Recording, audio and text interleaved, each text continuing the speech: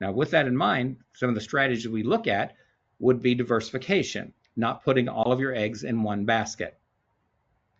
The 8 buckets that we work with here, they cover the universe of what is available. They may not have every single investment in them because there are some companies that they have set their assets up so you have to work only with them to be able to use it. So those companies we can't bring into the mixture, but 95+% of the companies that you and I would want to invest in are free agents and allow us to work with them. So whether that's a cash reserve account or bonds or bond funds, equities, stocks or stock funds, real estate and the various types of real estate, tangible assets like precious metals, industrial metals, energy, commodities, currency, the US dollar versus the world, and now with the advent of certain ETFs, some crypto opportunities as well in those portfolios through the exchange traded fund modeling.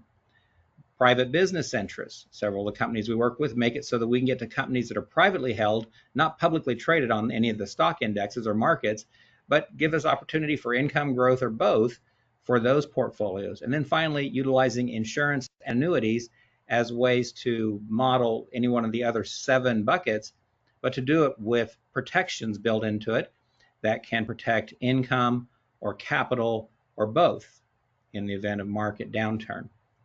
Now, when we look at diversification, and in order to understand how we could manage so many clients' money, we really work with 4 profiles. Now, we could include an income-only portfolio. We could include a cash reserve-only portfolio, but we don't really do that normally. What we do, though, is look at having a portfolio that's either an income and growth portfolio, a conservative growth portfolio, a growth portfolio, or an aggressive growth portfolio. So while we might have access to 6 different portfolios, for the majority of the cases, and when I say majority, I mean 98+%, we're doing one of these 4 or a couple of these 4.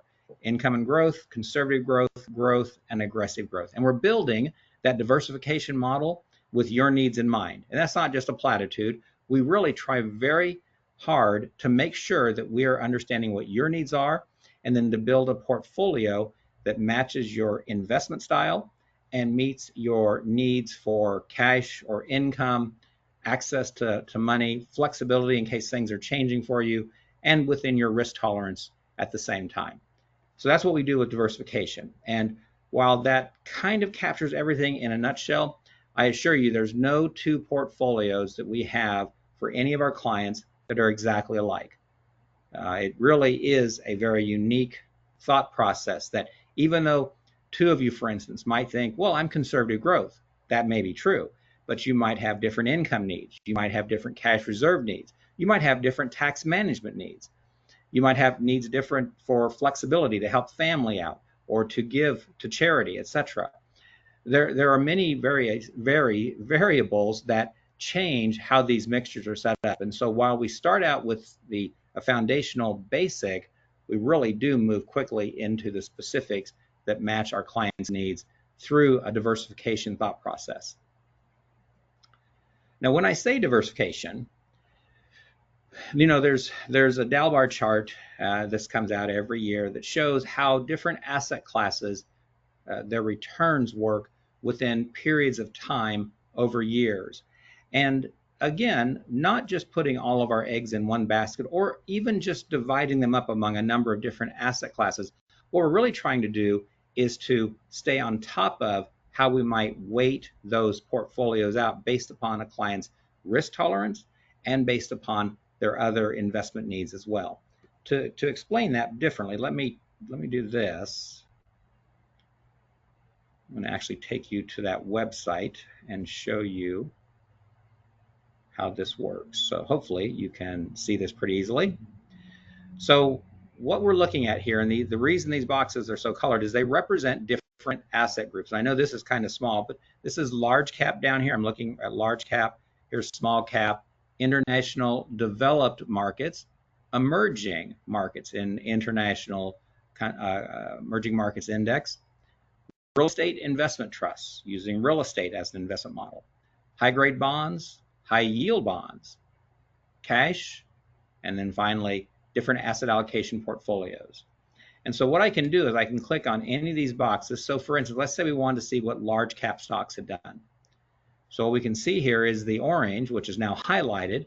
In 2009, it was in the bottom 50 percentile, but it began to move up. So by 2011, it had moved up. It still wasn't the top, but it had moved up. Then it moved down in 2012.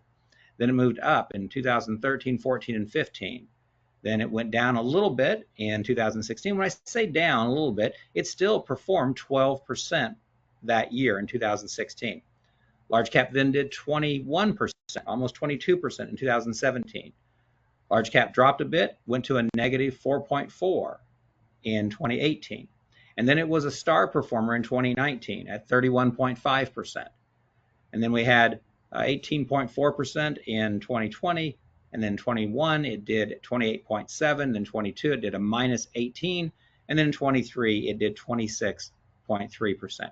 That's large company stocks, large capitalization companies, companies like the Dow and the S&P 500. Not all the S&P 500, but a good chunk of them. And the average for that group of assets was 10.6%. And I'll direct your attention over here where year to date, this is looking so far this year, it's at the top of the charts as well. Now, comparatively, let's take a look at real estate.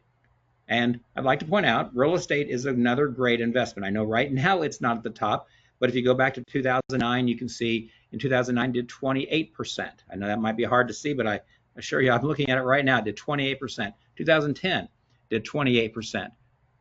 2011 did 8.3%. And even though it's only 8.3, it's the top performing asset in that year. 2012 was 19.7%.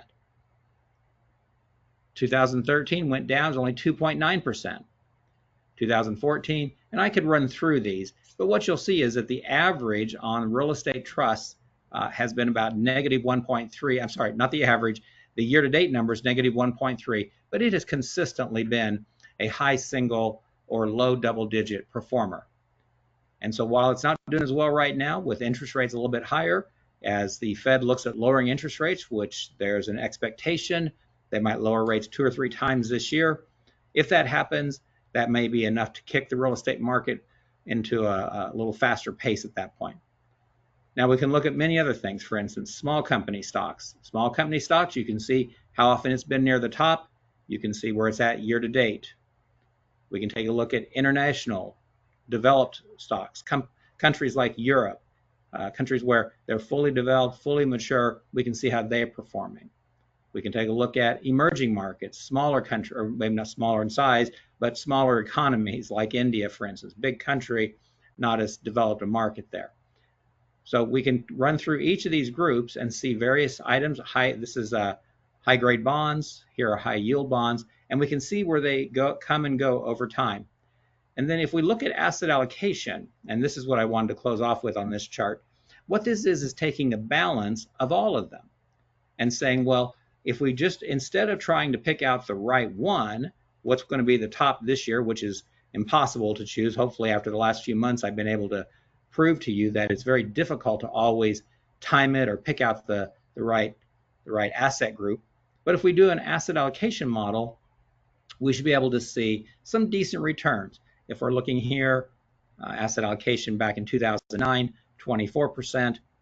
Take a look when the markets were starting to come back, 12.2%.